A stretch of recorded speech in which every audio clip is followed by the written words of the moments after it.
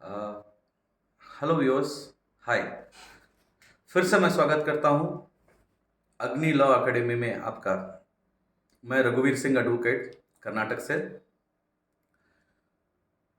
मैं पहले ही बता चुका हूं, हम इस सेशन में हर बार जो रोज़मर्रा की ज़िंदगी में जो कानून, जो लॉ चलते हैं, उन चीज़ों के बारे में हम डिस्कस करते जाएंगे। तो आज हम बात करने जा रहे हैं रजिस्ट्रेशन एक्ट, इस विषय के बारे में। तो नॉर्मली हम देखा जाता है, तो मैं रजिस्ट्रेशन एक्ट के अंदर एक पर्टिकुलर सब्जेक्ट उठा के बात कर रहा हूँ, वो है प्लॉट का रजिस्ट्रेशन। हम प्लॉट का रजिस्ट्रेशन कैसे करें और आगे कैसे बढ़े। तो नॉर्मली होता है, आप सभी सभी लोग जानते हैं, अगर एक इंसान को ज़िंदगी में आगे बढ़ना है तो उसे रोटी, कपड़ा, मकान, ये बहुत ज़रूरी है। तो इसमें ज़रूरत की सबसे बड़ी चीज़ है वो मकान। हर कोई मिडिल क्लास पर्सन या कोई भी इंसान अपने ज़िंदगी में एक सपना देखता है कि वो अपना घर खुद का हो और उस घर में अपने सपने सजोए। तो आज इसी विषय पे हम बात करेंगे। तो मैं पहले बताना चाहता था कि जब भी कोई प्लॉट हमको लेना है तो क्या-क्या करना चाहिए, कैसे करना चाहिए, इस विषय पे हम आज थोड़ी रोशनी डालेंगे। तो पहली बात, प्लॉट हम जब भी लेना चाहते हैं तो कैसे लेंगे, ये पहले डिस्कस करते हैं।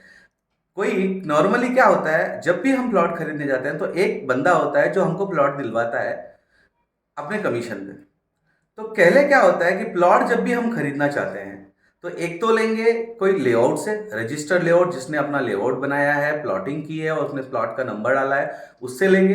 या तो दूसरे बात ऐसे लेंगे जो ऑलरेडी पुराने नंबर के द्वारा वहाँ पे ऑलरेडी प्लॉट है, उसको प्लॉट हम खरीदी करेंगे। तो इस विषय को मैं थोड़ा विस्तार से बताता हूँ।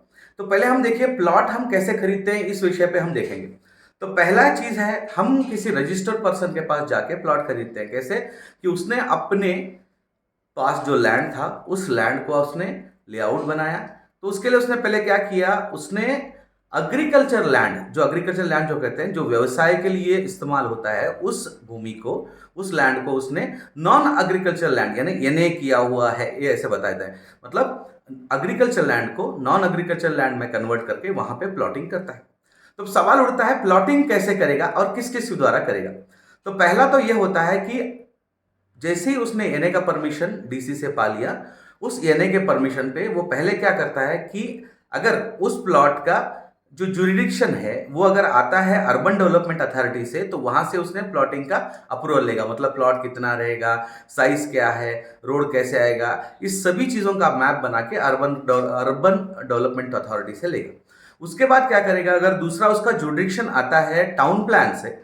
टाउन प्लान ये ऐसा एक आप सभी जानते हैं, टाउन प्लान के द्वारा जैसे अर्बन अथॉरिटी होता है, उसी तरह टाउन प्लान भी एक अथॉरिटी होता है, जिससे हम लोग अपने प्लॉटिंग का सही तरीके से प्लॉट डाल के उसके बाद उसको प्लॉट नंबर देते हैं। और बाकी के जो भी डेवलपमेंट है, जैसे ड्रेनेज का डेवलपमेंट है, इलेक्ट्रिसिटी है, ऐसे कई चीज रहते हैं, वो सभी डिपार्टमेंट से इंफॉर्मेशन लेके प्लॉट बनाता है। ये दूसरा हो गया। तीसरा और सबसे इंपॉर्टेंट क्या होता है अभी गांव में हम लोग देखते हैं कि वो डीसी ऑफिस से उसने एग्रीकल्चर लैंड को नॉन एग्रीकल्चर लैंड करके कन्वर्ट कर लिया। बट क्या होता है, वहां पे कोई अथॉरिटी ना होने की वजह से पंचायत, जो हम लोग कहते हैं, जो रूरल भाग में पंचायत होता है, वहां से उसने नंबर वगैरह अप्रूव करके वहां पे प्लॉट को बना देता है, प्लॉटिंग कर देता है। तो पहला सवाल आता है, आपने हमने जान लिया कि प्लॉटिंग कहाँ, मतलब प्लॉट कैसे कैसे होते हैं। पहले तो एनए अप्रूवल लेके अर्बन डेवलपमेंट अथॉरिटी के हाथ से प्लॉट बनाते हैं। दूसरा है टाउन प्लान के द्वारा, टाउन प्लान अथॉरिटी के द्वारा प्लॉटिंग करते हैं। तीसरा है पंचायत के द्वारा प्लॉटिंग करते हैं। तो अब इसी विषय पे हम थोड़ा थोड़ा आगे आते हैं। तो पहली बात, जैसे ही हम अर्बन डेवलपमेंट अथॉरिटी के हाथ से जब प्लॉट लेते हैं, तो उस समय हमको सबसे इंपॉर्टेंट देखना ये चाहिए कि उस बंदे ने जब प्लॉट वहां पे जब बनाया था, तो सिर्फ उसने एक ही बार प्लॉटिंग का परमिशन लिया है, या टाउन प्लान से भी परमिशन लिया है, या पंचायत से भी परमिशन लिया है। ये बहुत इंपॉर्टेंट थिंग है दोस्तों, क्योंकि क्या होता है, नॉर्मली एक बंदा क्या करता है, अपने परमिशन जो होता है, जो एनए का परमिशन होता है, उस पर जब लेआउट बनाएगा तो वो करेगा, पहले तो जाएगा पंचायत से अप्रूवल लेगा, उसके बाद जाएगा टाउन प्लान से अप्रूवल ले जाएगा। तो इसमें क्या होता है कि वहां के जो प्लॉट के नंबर्स हैं वो बदल जाते हैं।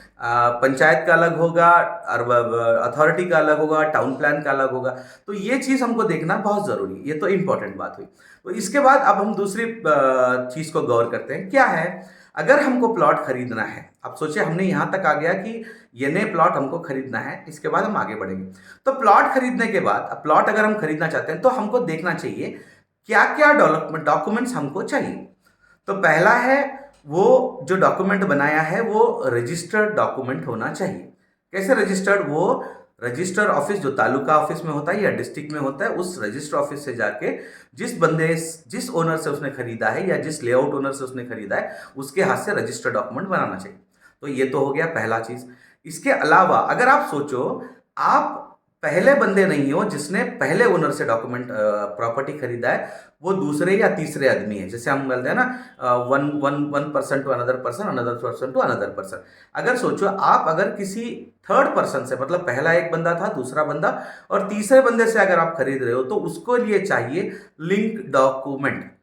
तो पहला चाहिए रजिस्टर्ड डॉक्यूमेंट जिससे उसने खरीदा है, उसके साथ लिंक डॉक्यूमेंट। अगर उस बंदे ने, जिस बंदे के पास, हाँ, मैं जिससे खरीदना चाहता हूँ, उस ओनर का किसी और से जब प्लॉट खरीद रहा है तो उसका प्लॉट का डॉक्यूमेंट भी हमको चाहिए। इसको हम कहते हैं कनेक्टेड डॉक्यूमेंट। जब तक कनेक्टेड डॉक्यूमेंट नहीं होगा तभी तक रजिस्ट्रार, सब रजिस्ट्रार या रजिस्ट्रार ऑफिस में कोई भी रजिस्ट्रेशन नहीं होगा। ये बहुत इंपॉर्टेंट चीज़ है।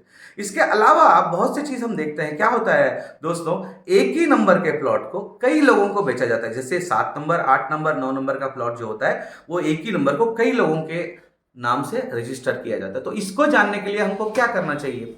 तो देखिए दोस्तों, सबसे बड़ी बात है, जब हम रजिस्टर ऑफिस में जाते हैं तो रजिस्टर ऑफिस में पहले हमको जाके वहां से ईसी कलेक्ट करना पड़ेगा। तो ईसी हम वहां से जब कलेक्ट करते हैं तो मिनिमम 30 साल की ईसी जब हम वहां से कलेक्ट करेंगे, तो उस प्लॉट के नंबर में पहले क्या था, वो अगर नॉन एग्रीकल्चर लैंड से नॉन एग्रीकल्चर लैंड में कन्वर्ट हुआ है तो वो कैसे किया गया था, वो हर इंफॉर्मेशन, और उसमें कितने प्लॉटिंग थे, ये प्लॉट नंबर पहले किसको बेचा गया था, उसके बाद किसने खरीदा, ये सब इंफॉर्मेशन इसी में नामांकित किया गया होता है। ये बहुत इंपॉर्टेंट बात है। तो अब दोस्तों, ये तो हो गया, अब हम प्लॉटिंग की बात कर रहे थे। अब प्लॉट वगैरह देखने के बाद, अब सोचो आपने एक आदमी से प्लॉट ले लिया, उसका रजिस्ट्री करवा लिया, रजिस्ट्री के वक्त आपने एनए का अप्रूवल देख लिया, उसके बाद लेआउट कौन से डिपार्टमेंट से ये देख लिया, उसके बाद लिंक डॉक्यूमेंट जो जो थे, जिससे उसने खरीदे था, वो पूरे डॉक्यूमेंट आ गए। आप डायरेक्टली अपने नाम से प्लॉट को रजिस्टर कर लिए। तो जब रजिस्टर हो गया तो क्या करना है?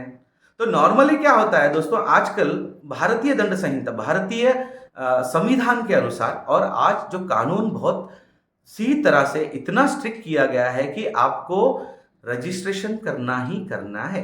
तो नॉर्मली क्या होता है, जब भी हम किसी गांव में देखते हैं तो सिर्फ एक क्या होता है, आपका एक फोटो और ओनर का एक फोटो और किसी 2 व्यक्तियों का जिसने विटनेस दिया है, इन सभी के फोटो लेकर एक 100 या 200 रुपए या 500 रुपए का स्टैंप लेके उस पर टाइप किया जाता है, उसको लगवाया जाता है, वहां पे नोटरी रजिस्टर करवाया जाता है। मतलब जो नोटराइज्ड अथॉरिटी होते हैं डिस्ट्रिक्ट में या तालुका में, उनके पास जाके अथॉरिटी पे वहां पे रजिस्टर किया जाता है, और उसी डॉक्यूमेंट को लाकर मोटेशन, मतलब अपना पंजीकरण, जो मोटेशन जो हम बोलते हैं, वो अपने नाम कर प्लॉट अपने नाम से किया जाता है। लेकिन आज दोस्तों स्ट्रिक्टली इसको प्रोहिबिट किया गया है, इसको नहीं करना है। वो डॉक्यूमेंट को कोई भी गवर्नमेंट ऑफिशियल मान्य नहीं मानेगा, उसको हम सही तरीके के डॉक्यूमेंट मानेंगे नहीं। तो इसका सबसे बड़ा कारण ये होता है कि कोई धोखाधड़ी होने के चांसेस नहीं होते। दोस्तों, इसके लिए मैं चाहता हूं आप जब भी करें, डॉक्यूमेंट वगैरह सभी क्लियर हैं तो आप रजिस्ट्रेशन करवाएं। रजिस्ट्रेशन सब रजिस्ट्रार में होता है, लेकिन एक चीज उसमें क्या होता है, वहां पे प्लॉट का जो हर स्टेट में अपने अपने कानून के आधार पर जो स्टेट निर्धारित करता है, उस उतने कमीशन, उतने रुपयों का टैक्स जो होता है, वो टैक्स वहां पे हमको भरना होता है, जो मार्केट वैल्यू होता है आपके प्लॉट का। तो ये तो हो गया, आपने प्लॉट खरीदी कर लिया, सब हो गया। जब तक आप रजिस्ट्रेशन करवाते हो, रजिस्टर्ड डॉक्यूमेंट आपके हाथ में नहीं आता है, तब तक आप रजिस्टर्ड ओनर नहीं कहलाओगे। तो ये बहुत इंपॉर्टेंट है। तो हमने देख लिया टाउन प्लान, प्रॉपर्टी, उसके बाद कौन कौन से अथॉरिटी प्लॉट्स को अप्रूव करते हैं, उसके बाद रजिस्ट्रेशन के लिए हमको क्या क्या डॉक्यूमेंट चाहिए, उसके बाद हमने रजिस्ट्री कर ली। अब रजिस्टर के बाद ये होता है, जब भी हम रजिस्टर लेते हैं तो आज का एक सबसे बड़ा ज्वलनशील जो कारण है, आज ज्वलनशील मैं बोलता हूं, इट्स अ बर्निंग इशू, क्या हो गया है, नॉर्मली क्या हो रहा है, एक बंदे ने एक बंदे को प्रॉपर्टी बेच दी और दूसरे बंदे ने खरीद लिया, रजिस्ट्रेशन भी हो गया, वो उसके अपने नाम से भी हो गया। होने के बावजूद भी जो बंदे से आपने खरीदा है, उसके बहन या भाई, भाई बहुत कम, लेकिन आजकल बहन ज़्यादातर केस डाल रहे हैं। तो इससे हो रहा क्या है, एक्चुअली कारण क्या है हम ये जानते हैं। तो 2005 के बाद कोर्ट के द्वारा आज हर महिला को उसका हक दिया गया है। मतलब जो एंसेस्ट्रल प्रॉपर्टी होता है, एंसेस्ट्रल प्रॉपर्टी मतलब पिताजी और पिताजी के पहले वाले ने खरीदा था, उसको अपने नीचे के जो वंशज है उनको दिया गया हो, ऐसे प्रॉपर्टी को हम एंसेस्ट्रल प्रॉपर्टी करके कंसिडर करते हैं। तो जब एंसेस्ट्रल प्रॉपर्टी आता है, हम खरीद लेते हैं, उसके बावजूद भी जिस ओनर से हमने खरीदा था उस ओनर की बहन अगर उसको केस डाल दी या सूट उसको फाइल कर दिया कोर्ट में, तो वो प्रॉपर्टी जो होता है वो हमारा जो रजिस्टर्ड डॉक्यूमेंट वो नल एंड वाइड हो जाता है, वो अमान्य हो जाता है और इमीडिएटली वो प्रॉपर्टी जिस ओनर का था उसको चले जाएगा और उसमें भाग उस लेडी को दिया जाएगा जिसने केस किया है। तो इस चीज के लिए आज बहुत इंपॉर्टेंट चीज है कि जब भी कोई प्रॉपर्टी आप खरीदी करो तो दो चीज देखो, एक तो वो प्रॉपर्टी एंसेस्ट्रल प्रॉपर्टी है, एंसेस्ट्रल मतलब पित्रार्जित जो आपके दादा उनके दादाजी से आई है, एक देखें, या सेल्फ एक्वायर्ड प्रॉपर्टी जो अपने पैसों से उसने खरीदा है। जब आप देखते हो कि उसने अपने पैसे से खरीदा है तो डायरेक्टली उनके पूरे फैमिली मेंबर का सिग्नेचर ले लेंगे और आप अपने नाम से रजिस्टर कर लेंगे। ये बहुत आसान तरीका होगा। अगर सोचिए ये प्रॉपर्टी एंसेस्ट्रल होगी तो क्या करना चाहिए।